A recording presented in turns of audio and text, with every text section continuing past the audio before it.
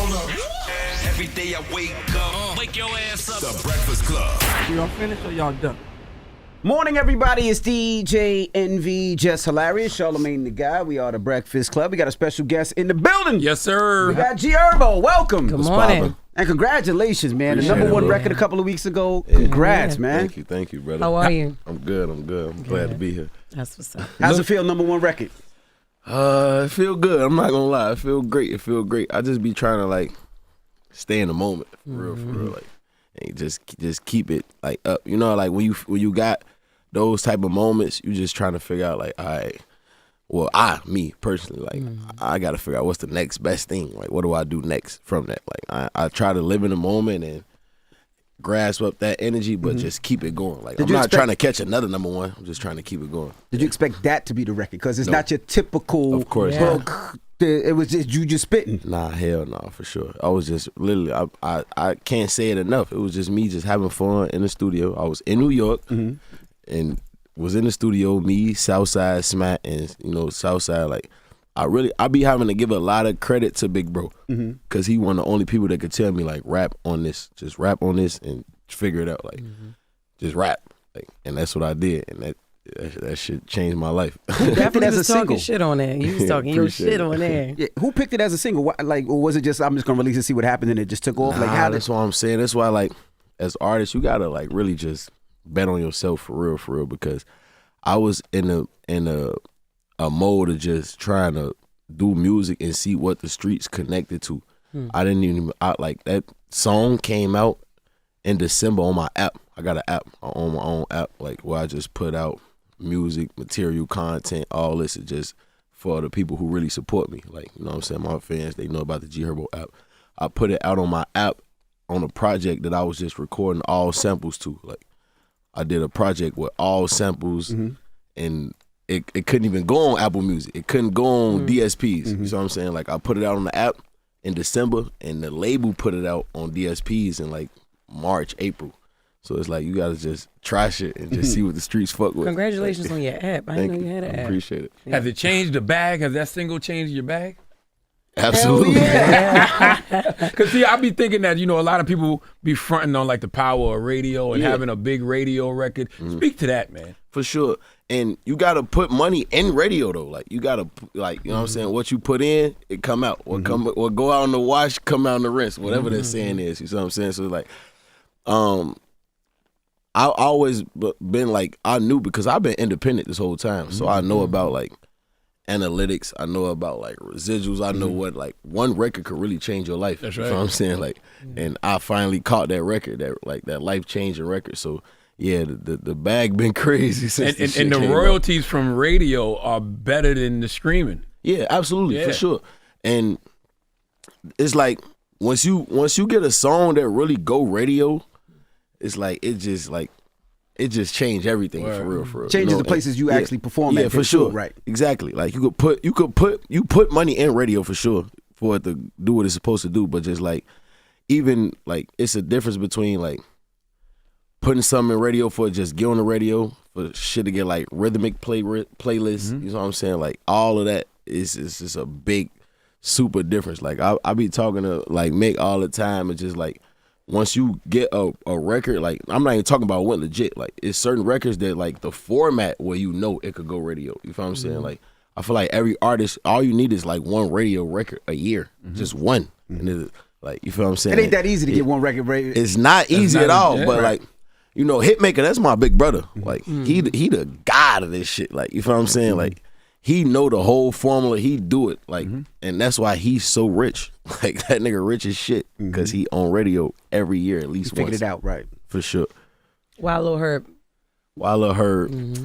I was just trying to like tap into like that old hunger, like my old self. And when I be rapping good and shit, like I be reading the comments and shit. Sometimes my fans be like, "Oh, that ain't G Herbo, that's Lil Herb." You know what I'm saying? Like I feel like that was like one of my best eras of rap. Like I always been able to rap. I'm an MC, so it's like I don't care if I'm not even all the way tapped into like my confidence and all of that shit. I'm always gonna be able to rap good. You feel me? But like once you really focus on straight rap Yeah. is different, and that's what I was trying to do. So that's why I went and like named my album Lil Herb. Like I was going to like listen to old interviews, listen to old music videos. Watch old music videos, listen to old songs and shit like that.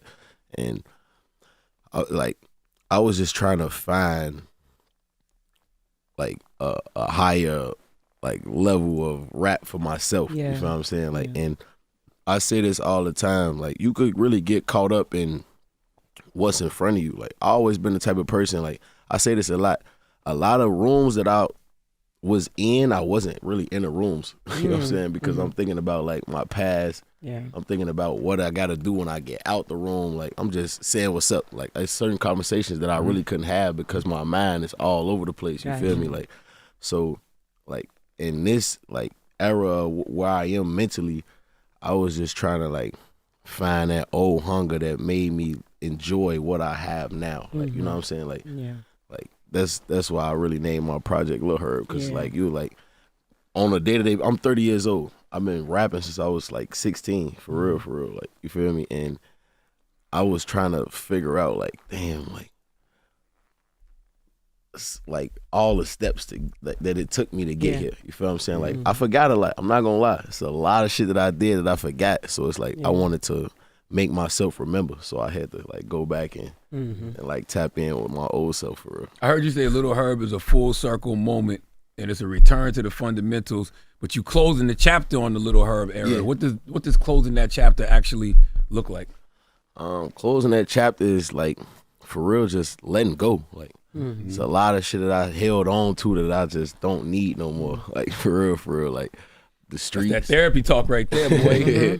yeah, just letting go, for real. And it is definitely therapy that helped me. It's like a lot of shit that you hold on to, you just like, just let it go. Just let it go and just let it find you. You know what I'm saying? Yeah. Like, no, for real. Like, I was one of them people that just like, my heart's so big, and I feel like people knew that. Like, people knew that. Like, they grabbed me and I'm grabbing them back. You feel what I'm saying? Like, I'm holding on to that type of shit. It's like, that's just letting that chapter go. Like, I should, like, and people been saying this to me for years, and I've been knowing it, but I never really acted on it. Like, I shouldn't focus on nothing but music and my family and like God. Like, that's the only thing that I should wake up and care about.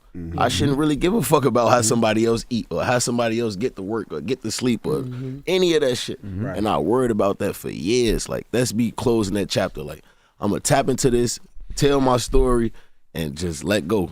Let go and let God, for real. And that go for everything and everybody. And it's a whole nother chapter opening for me, because everything that got me here, I don't even really have it no more, for real. Like, all my friends dead. I'm finna be a real 100% independent artist. Like, I don't got no label, no production company. I'm 100% a real new person and a new artist. So it's like, I just want to just tap into this shit, do what I need to do, and I'm already doing it for real. But just like letting go, for real. Like, I don't want to have no attachments other than family. No bullshit. You talk So about how did you balance revisiting like those old traumas with the grown man you are now? Like, you 30, so you a whole new level of life. You done shifted a phase in life. You're not that kid, 19-year-old kid no more. Yeah, no, for sure. My homie, one of my best friends, he used to say this shit. Like, he only probably like 8 months older than me. He like, bro, once you touch 30, you just gonna start think. He used to tell me, like, I can't wait till you turn 30. Like, he turned 30, he like, I can't wait till you turn 30. Right. Because it's just like, it's like a light switch. Like, shit just, you know what I'm saying? It's just tap in for you. And it's for me, for real, like, I promise, I don't be want to sound like cliche or corny or none of this type of shit, but like, my girl is like my toughest critic. Like, she one of the people who really just like stay on me. Like, she tell me a lot of shit that I know and I don't act on. You know what I'm saying? Where it's just coming to like my business, niggas around me, you feel what I'm saying? Like, all of that, you feel me? Like, and like, to kind of like tap into the what you was saying, the question is like, you just gotta really like just go with your gut, your intuition. You feel what I'm saying? Like, a lot of times niggas question themselves and feel like, all right, but you might know the answer, you might know right from wrong, and not do it because you question how it's gonna like affect other people. You feel what I'm saying? Like, and I'm one of them type of people, but like I'm one of them type of people that think about how it's gonna affect other people. And like I was saying that like, cause my girl, she don't give a fuck.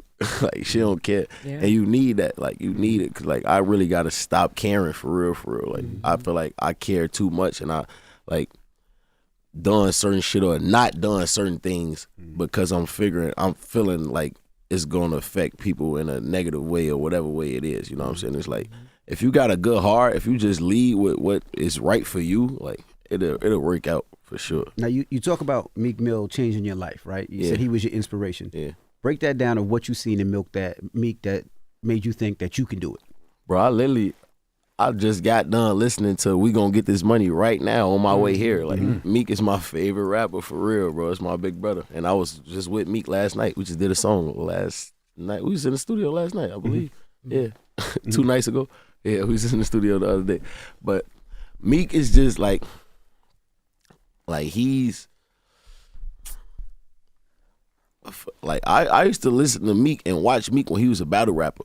But when he really got rich and made this shit happen, it's like, all right, but it's different from me watching like Wayne and Hov and you know what I'm saying? Like I couldn't like I could relate to it, but it's like when I grew up and I seen them niggas rich already. Like I seen Meek turn rich coming from the streets and going through all the shit that he went through and really like talking about it and preaching like positivity and motivation.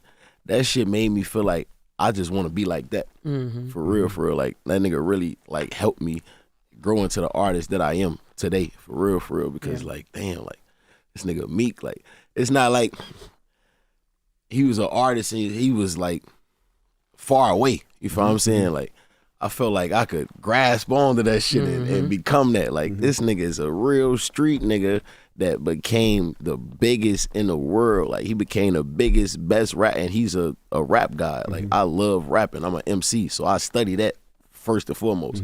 But just the blueprint of like that nigga, like he gave you the real blueprint. Like you get on, you take care of niggas, you do what you supposed to do, you take care of your family, your mother. Like that nigga used to make me like, I just used to have to just give money to my mama, just like thinking about that type of shit. You feel what I'm saying? Like I retired my mom when I was 16 years old, bro, literally.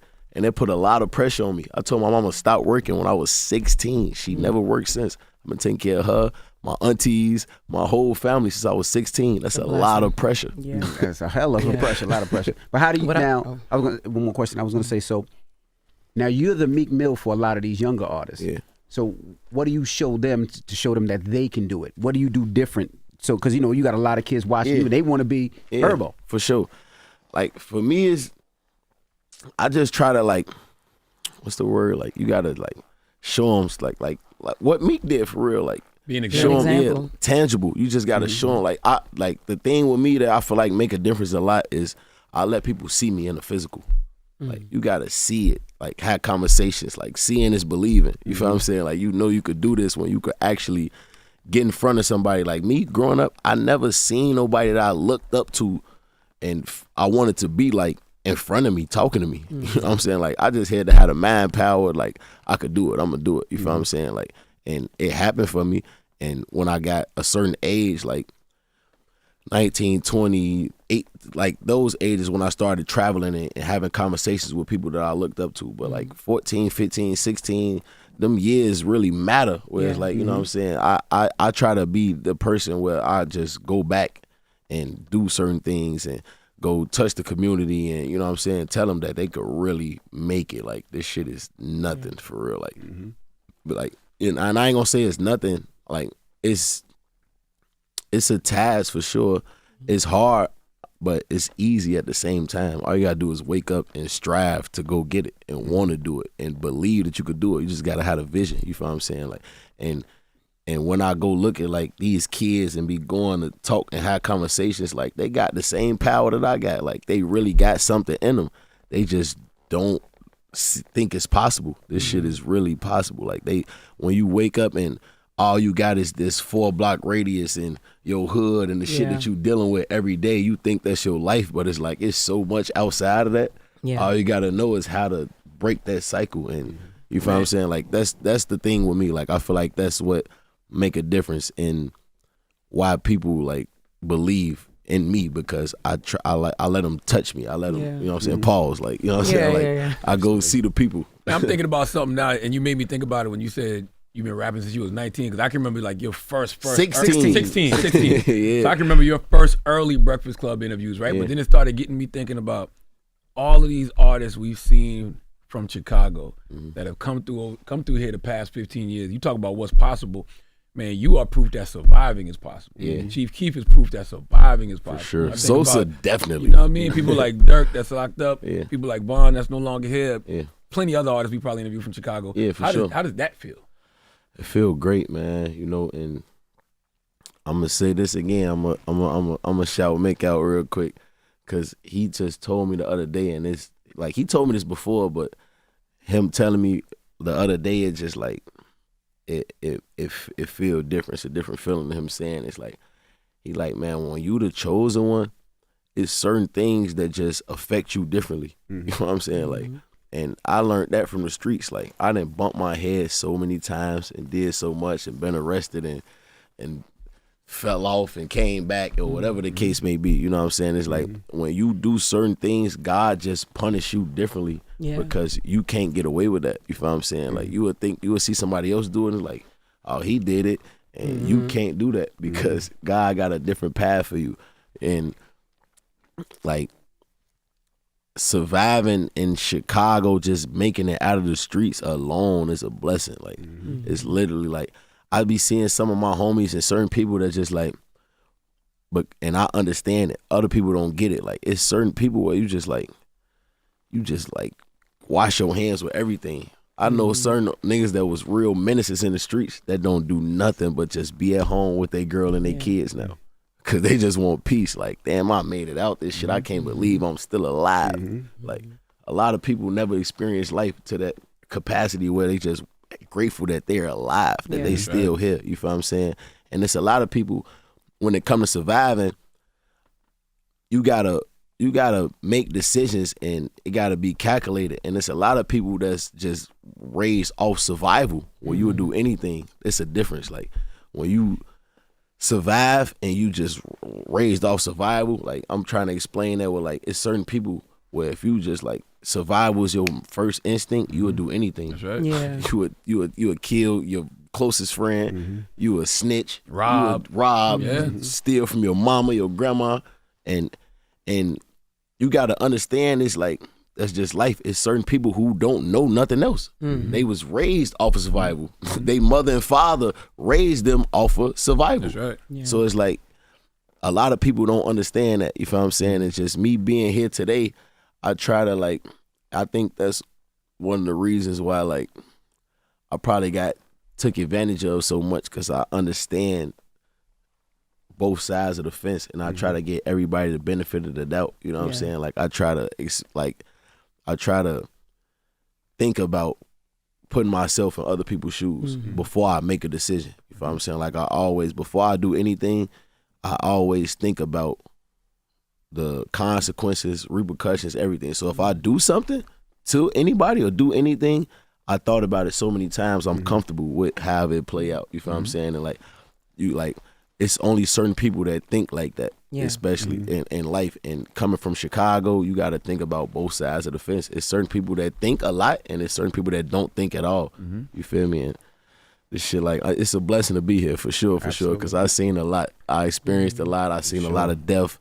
And I just come from one of the toughest neighborhoods in Chicago, like one of the most poverty-stricken neighborhoods, where it's like I was a kid and people used to, like, a lady walked. I think I said this before on a Breakfast Club interview when I was a shorty. Like, a lady walked up on me. I'm waiting on my mom. She coming from the laundromat. Lady walked up on me like, "You got some C?" I'm like, She like, "What?" I'm like, "What?" She like, "You got some C?" She asked for crack. I'm like 9 years old. I'm like 9, 10, waiting on my mama to come in the house. She like, "You got some C?" I'm like, "What?" Yeah. She asked me if I had crack. literally a kid, 3 in the morning. I'm outside because it's 9-year-old selling crack for real. Like, so when did you get some to sell? Jesus. I'm just fucking. That was a changed. bad TV question. It's the statute of limitations with this shit for real. Like, I done sold crack. I done sold some crack. It's a statute of limitations for sure. But I always been one of them kids is like, I just wanted to get money. I knew how to get money early on. You feel what I'm saying? Like, and I used to do shit to just get fly, like get fresh and shit. You know what I'm saying? Like, and I'm blessed that I didn't have to do it for long. You feel me? Like, I ain't had I started really making money off music at 16 years old. That's crazy. But I was outside too, for sure. What was the first record you made money off? Was it the Nicki record, right? Was it Chicago? The first record I actually, like, when we started making money, like after Kill Shit came out. Yeah, Kill Shit. Yeah. I was gonna ask with he mentioned Sosa, he mentioned Vaughn, he mentioned Dirk. Have you spoke to Dirk? Yeah. I spoke to Smirk. Talked to Dirk probably like a month or two ago. How's he doing? Yeah, he doing good for sure. Like mentally, and that's the thing about Smirk. If you know him, you know he good. Like that nigga is really a real disciplined, mentally strong nigga for real. Like this shit just like this just a part of his journey. Like he know he coming from under this shit. We all know he coming from under this shit. You know what I'm saying? But like he one of them type of niggas like he never gonna lose himself. All he doing is praying, talking to his family, like connecting with God. You know what I'm saying? Like shit like that. And yeah, Smirk definitely good. I spoke to him. I sent him like a little snippet of music that I'm putting out and the music that I like was saying his name in, shit like that. You feel what I'm saying? Like it's my brother. Yeah. That's Free Smirk. So for Lil Herb, right? Are you getting personal? Like, are we hearing the pain? Because you have been through a lot. You said you lost your friends and then God rest your dad. So you know what I'm saying? You've been through a lot of shit. Yeah. So are we getting the personal? We getting the pain on this too? Definitely. I'm speaking about like everything. I feel like I covered a lot in this album. Yeah. I'm really talking about a lot. And it make me feel good though. You know what I'm saying? Like it's like rap always been a form of like therapy for me. You know what I'm saying? So it's like I don't really like when I'm in the studio, I just rap and just like I got to a point in my life and my career where I don't think about like how people gonna receive it, like how the world gonna receive it, how my family gonna receive it or whatever. I just speak about whatever is on my mind and go from there. You feel what I'm saying? And that's how I pick the records. You feel what I'm saying? Like, and I'm saying that to say like I don't really realize all the shit I'm talking about and what I cover until I'm hearing it like on the speaker. You know what I'm saying? Like I just go in the studio and rap and be like, hear it a week later or 2 weeks later, like, damn, I just said some shit. Like, for sure. Like that this album is, and you know, artists say this all the time. I feel like I always feel like this, but like you would say like, oh yeah, this is one of my best projects. And like, I'm not even gonna say this is my best project or my best body of work. I really don't feel like it's my best body of work, but I just feel like it's my best era of rap. I feel like I'm rapping better than I ever rapped before. Like however they receive it or whoever feel like this project better than this one or not. Like I just know for a fact I'm rapping so good and I gave it my all for sure. How therapeutic was this album though in regards to your grieving process? Because I hear you mention your brother a lot, especially on Give It All. How did that help? Like, I ain't gonna lie, that I've been dealing with death since I was a kid, bro. Like I started losing friends when I was like 14 years old, you know, like, and I'm talking about that, I'm touching on that in my album, my project, but you gotta really like realize I'm 30 years old. I've been losing people I love for 15 years, like, and still managing to wake up and make it happen and BG Herbo and take pictures and smile for the fans. Like, I really done lost some of my best friends and had to go do a show that same day. You know what I'm saying? Like, my homie Cap died 2015. I had to perform in front of 10,000 people. I just had to find an Emmy. A lot of people can't do that. A lot of people like, man, I just lost my homie. Fuck this shit. I'm finna go spin. Like, I wanted to go do the show. Like, so it's like I feel like I'm really destined for this shit. I chose my own destiny. I chose my own path. And I'm saying that like for me to experience all of that death and feel like I was numb to it when my little brother died, it changed my life. That was some of the worst pain that I ever felt in my life, ever. Like I could never, I never could fathom, like, and I'm a street nigga. Like when I walk out the house, I feel like I'm gonna die. Like, you know, like I really feel like that, and that's what get me home. You feel what I'm saying? Like every step, every move that I take is calculated, and I never felt like he was gonna die. You know what I'm saying? Like, no bullshit. I never ever think like him. Hell no. I never thought he was gonna die. Every day I wake up, I really feel like I'm gonna die. I feel like somebody will do something to me, and that's just the life I live, and that's just. You still feel like that? Because I remember last time you said you feel like that. You said you were going to therapy to help you. Yeah, it helped me with it. That's PTSD. It helped me with it, but like, nah, hell no. And I'm glad that even going through therapy and like growing and healing the way that I've healed in my life, I'm kind of glad that I never lost that edge, for real, because that's how I protect myself. That's how I protect my children. That's how I make sure I get back home. You feel what I'm saying? Like, and I'm not out here thugging. I ain't wilding. I ain't doing no crazy shit. Some days I leave the house and it just be just me by myself, no security, nothing.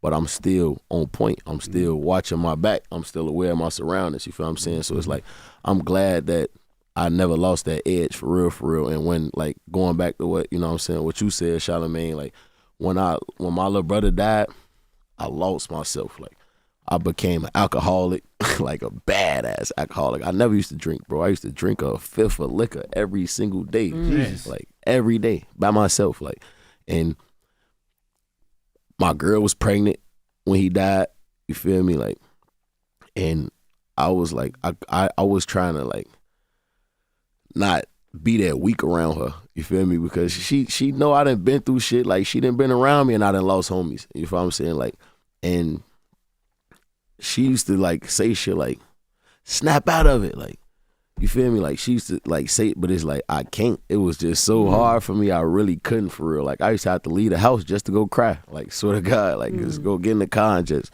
cry for an hour straight, because I ain't want to do that in front of her. And I felt like I should have. I should have. Yeah. But I was like, I don't know. And when she say snap out of it, what does she mean?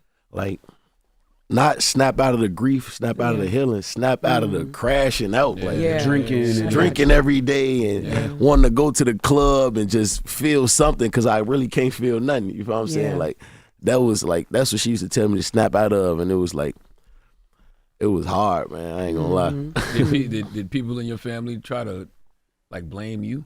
Because, you know, for whatever reason, when you're the person that made it, when something bad go happen, they feel like your success and your money could have kept that person from being in that situation. Nah, not really, for real. Like, honestly, they didn't, and that was like the biggest blessing. Nobody ever blamed me, for real. Like, and I had a conversation with my grandma, and I said this when I did the shit with Shannon Sharp. I just did an interview with him, and I had a conversation with my grandma, and she made me, like, it was one of the conversations that made me snap out of drinking and crashing out, because she like, man, I already lost him. I'm not finna lose you to this shit. Like, like, you feel what I'm saying? And she didn't blame me, but, like, it was like, my little brother was a real, like, good nigga, a solid nigga. And I know for a fact he got killed because somebody wanted to hurt me, for sure. It wasn't my fault, but she like, you gotta do it the right way. Like, if you finna, like, no, everybody, we grieve and we all going through the same shit, but you can't grieve like that. Like, you gotta go make it. Like, you gotta make this shit happen for him, because it's like, he not finna die in vain. You feel me? Like, that was the conversation that she had with me, and that shit just turned me up. And one of the last conversations, I swear to God, my brother died at 11 a.m. or some shit. We was texting at 4 or 5 in the morning. My last conversation with him was just like, bro, I don't want to do nothing but see you win. Like, I ain't never asked you for nothing. Like, he never really asked me for no money. Everything I ever gave him, everything we ever did was just like a bonus. Like, that nigga never asked me for no money ever. He never asked me, like, give me this, buy me this, put me on, do this, do that. And he been with me every step of the way. You feel me? He just enjoy the fruits of my labor. That nigga literally never asked me for no money ever in life. And our last conversation was, bro, I just want to see you win. Like, I just want you to do this shit. And we was talking back and forth, and I swear to God, the next morning, that nigga died. So were you blaming yourself? That's why you was trying to escape? Yeah, for sure. And when did you stop blaming yourself?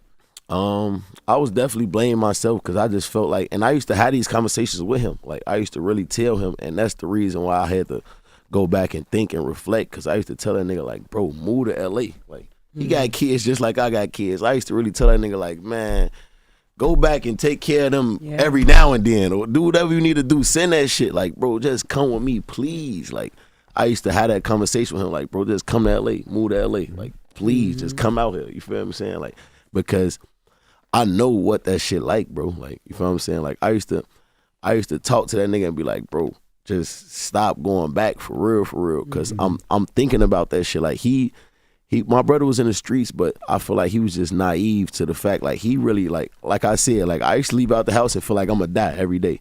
He didn't have that mindset. He was more optimistic. He didn't think like that. You feel me? And I used to think like that, and it scared me. Like, I hate to see somebody I love walk out and be like, man, this nigga could die. Right. Like, you feel what I'm saying?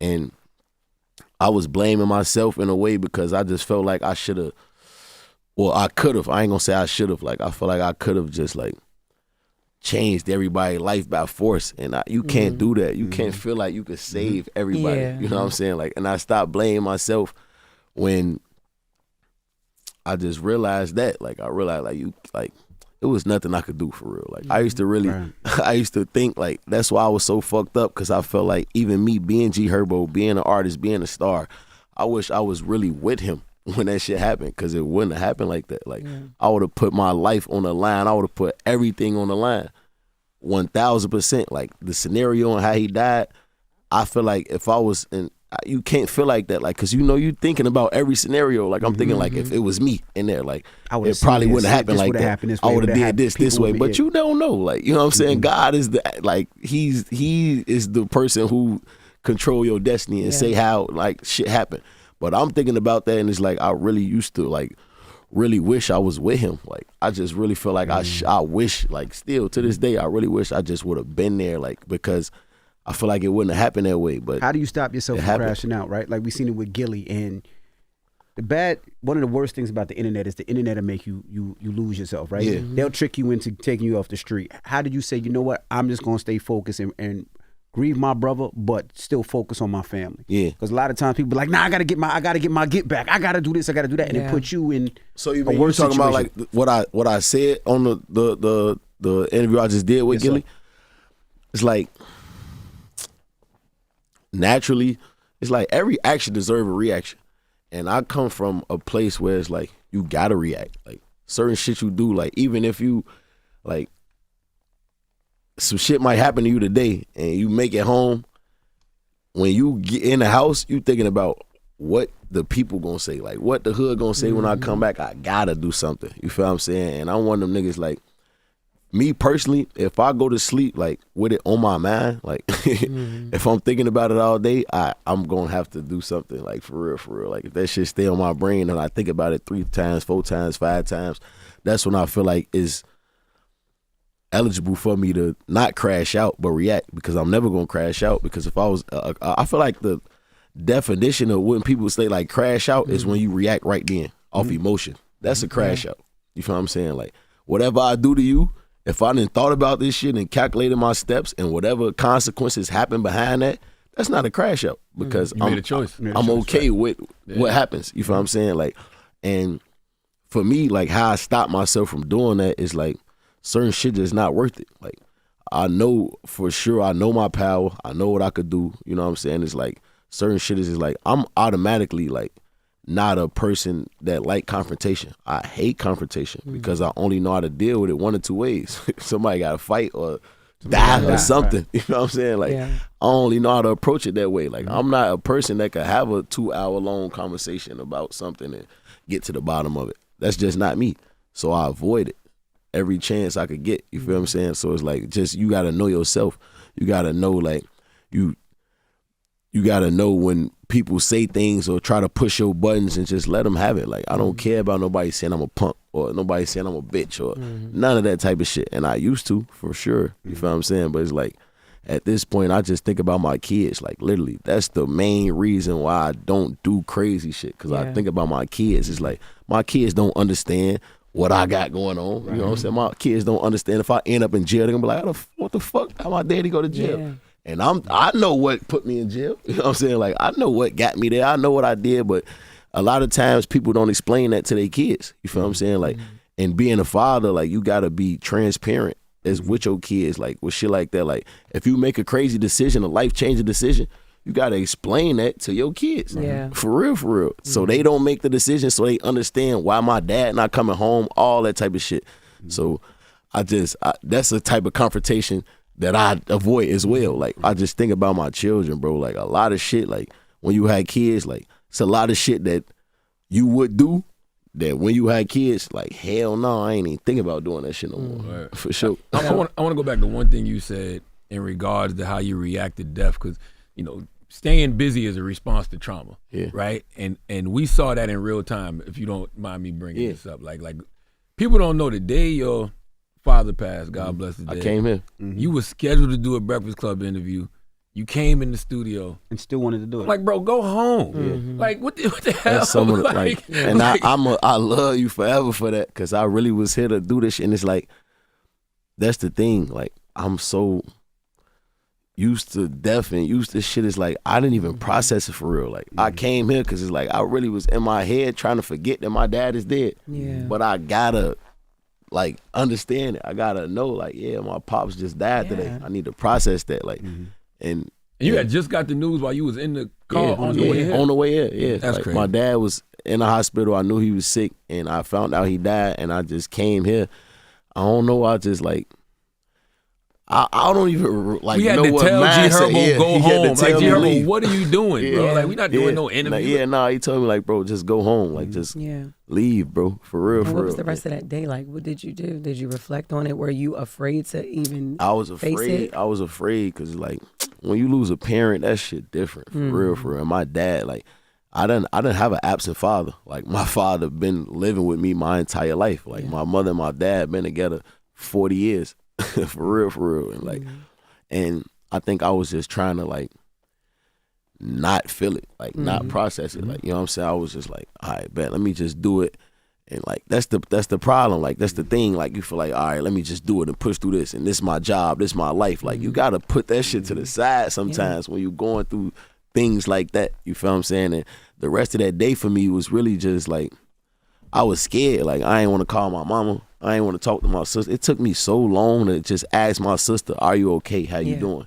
That shit was hard, for real. Like, it was super hard. Because you weren't okay. Yeah, like, I was scared to, like, have them conversations with her, like, how you feeling? You know what I'm saying? And even my mom, like, I keep my mom close to me. Me and my mom like this, you feel me? And I know it. Like, I could see it. I know she was not okay. And I used to avoid them conversations. You feel what I'm saying? Like, she'd bring stuff up and, like, send me pictures and all that shit. Like, it was like, I didn't want to look at pictures of my dad for a long time because it made me cry.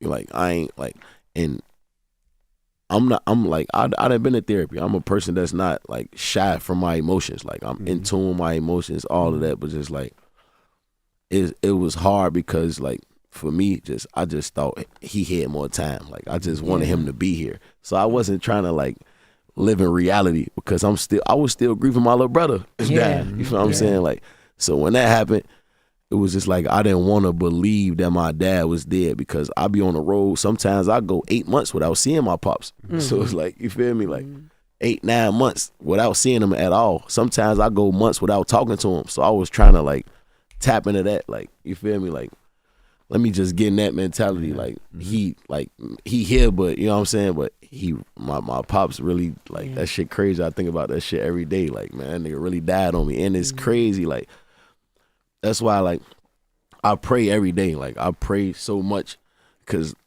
my pops, my last conversation with him, my dad died the day after his birthday. Like, my birthday, October 8th, my dad's birthday, October 16th. He died on the 17th. And my last conversation with him, I called him. I said, happy birthday. I said, man, you on your way, boy. You getting old. Like, I'm like, you getting old, boy. And he died. Like, that was the last thing I said to my pops. Like, boy, you on your way, boy. You about to be 70. You know what I'm saying? Like, you getting old. Yeah. That nigga stopped getting old. Did he ever come to you in a dream like, nigga, you said that I was on my way? Yeah, I hope so. I want him to. Nah, he haven't checked. I want him to. Yeah.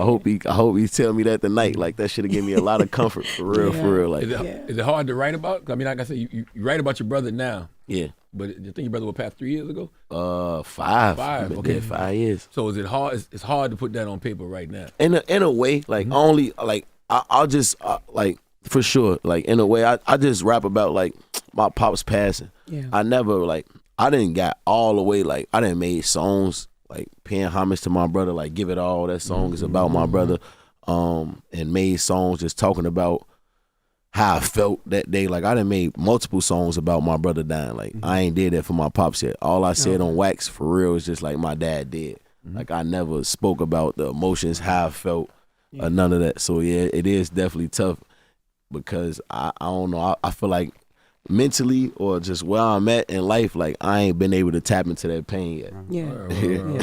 Do you make it a conscious effort not to take it out on your girl, right? And the reason I say that is a lot of times when we deal with things, the only person we do really get a chance to talk to is your girl. Absolutely. Your fiance, your wife. So do you make it a conscious effort when you talk about the death, your brother, everything that's going on in the streets, your father? Do you make it that effort not to do it? No. Now I talk to her about everything.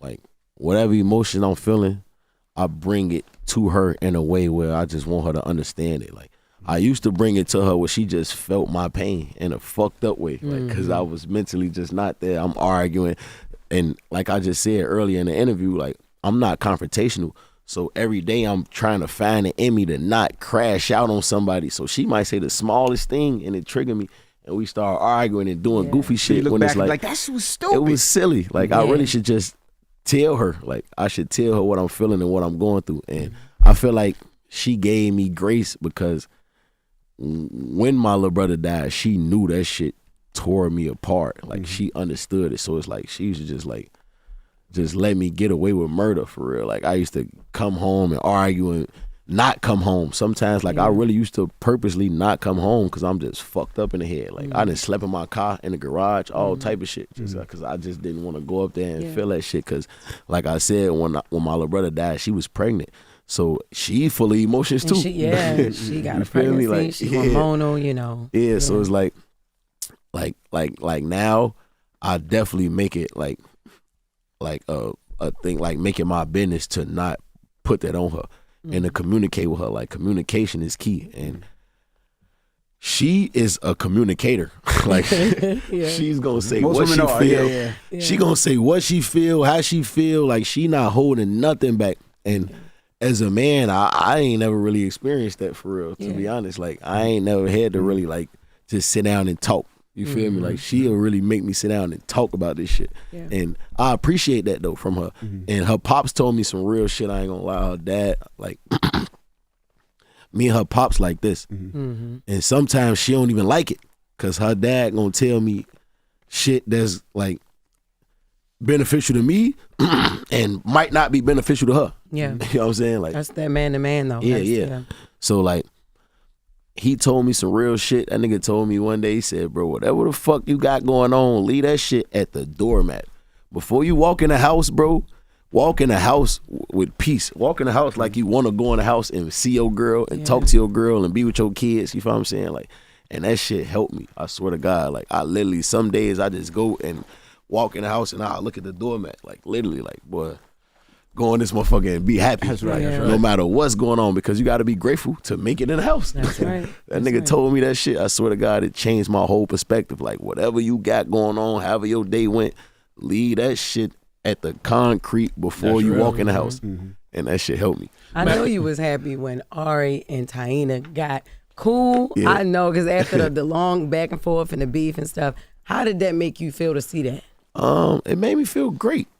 Like amazing, for real. Yeah, had nothing to do with that. Nah, nothing. Okay, nothing good. at all. And the reason why it happened is because you don't you don't really play the middle. You just play right and wrong. Yeah. You feel what I'm saying? Like, you don't play the middle. You feel what I'm saying? Like, I'm not going to, like, shy away from my love for my woman. I'm not going to shy away from my love for my son, mom. Yeah. You feel me? Like, just, like, I just want everybody to be a family. And you said we're not a blended family. We're a family. So everybody can call each other. Yeah, no, I seen that shit. Yeah. I seen people say, like, oh, I love the blended family. It's like, it's just a family. Yeah. Like, fuck the blended shit. I love that. And you and Moneybagg did a song together. Right? Yeah, I love that too. How did that come about? We was like in Atlanta. I was in Atlanta for my son game, and I was talking about my show, like the Swerve and Friend shit. I was talking about it, and I was on the phone with Bag at the time. And I'm like, man, let me holler at him. Let me holler at him. Like, you know, if I was talking to him, I'm like, man, I'm trying to bring you out for this shit. You feel me? And he like, all right, bet we need to do some shit real quick. Like, I'm gonna send you something, send it back. We're gonna drop this shit before the show. This was like, we had like a 2-week deadline or some shit. Like, we did that shit quick. We sent the song. No matter of fact, I don't even think he sent the song. I'm tripping. Like, we need to do some shit. We was in LA. I pulled up on him. We did a song together. And then he like structured it, put the song together, then sent it. And I finished the song. He like, all right, bet we finna shoot this shit on, I think my show was on the 26th or some shit like that. We shot the video on the 20th. Put that shit right out. And I brought him out to the song. So it's like, yeah, he put that play together. That was hard. Yeah, that was it's a bop too. You said y'all rushed and did it. Yeah, no, and it's still a bop. That shit. We definitely rushed and did it. Like, all that shit was strategic for sure. Like, did y'all have any conversations, about the relationship? Or y'all never even had to do nah, that? Hell no. We don't even got to do that, bro. Like, me and him ain't never had no like differences. Like, it was never no confusion or none of that type of shit, like, at all. Like, we ain't got to talk about that because it just is what it is. Yeah. I want to ask one more question about just the grieving process, and I'll put a button on it. How have you helped Funny Marco through his grieving process? Because you killed him on his show. It's still impacting him. He was just here. He was just here talking about him. He was literally just here. When was that? Last week? Can you tell me what he said? What the fuck did he say? He just it hurt him, and he's learning from it, and he grew from it, and he had to learn to have thicker skin because of it. Like, do you ever think about how you affected Funny Marco negatively, Herbo? Like, yeah, I did. I'm not gonna lie, I did. But at the same time, I didn't because and Marco my man's. Like, me and him still talk. I didn't apologize to him about this shit. And it's like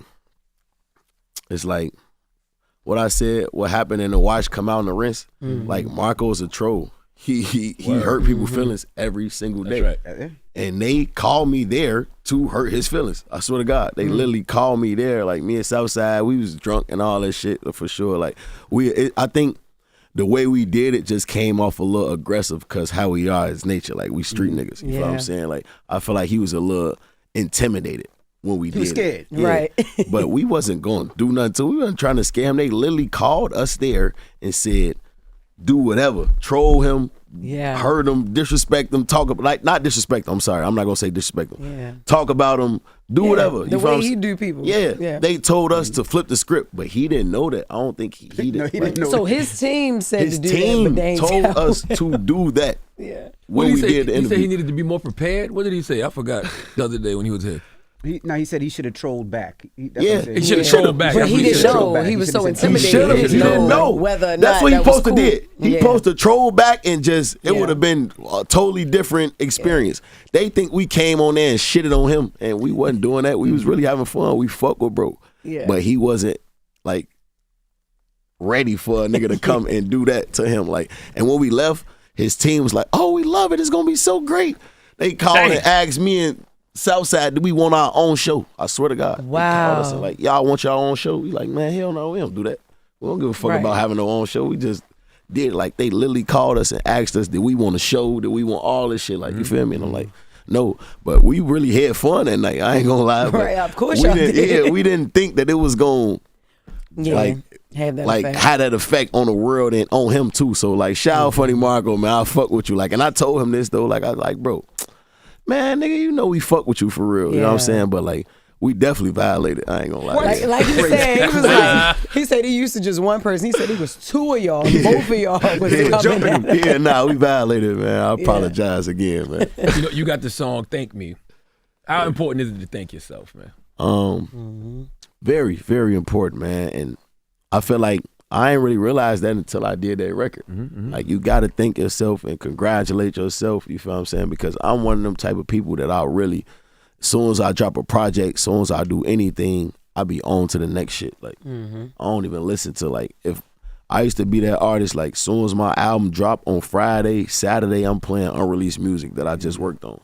And you gotta live in it, like, you gotta grasp on to, you gotta live in it. And Went legit helped me do that, like, me having that type of big record and everybody just like congratulating me and just like telling me this record is this, and you know what I'm saying, this is crazy, and you got this moment and you the hottest right now, like, you feel what I'm saying? I never in my career, nobody never walked up on me and be like, you the hottest out of everybody, you feel me? Niggas told me I'm their favorite rapper, like, yeah, you, but niggas walk up to me now and be like, you the one, you the top dog. And I ain't never felt that before. You know what I'm saying? So it's like, you gotta like thank yourself, and you gotta like live in it. You feel me? Like, a lot of times, and I said this already, a lot of rooms I didn't used to be in them bitches for real. Like, mentally I was really somewhere else. Like, I really forgot a lot of my life and a lot of my career and a lot of relationships and a lot of people that I met that was important, because mentally I'm just thinking about some whole other shit. So it's like, you gotta grasp into it and be grateful for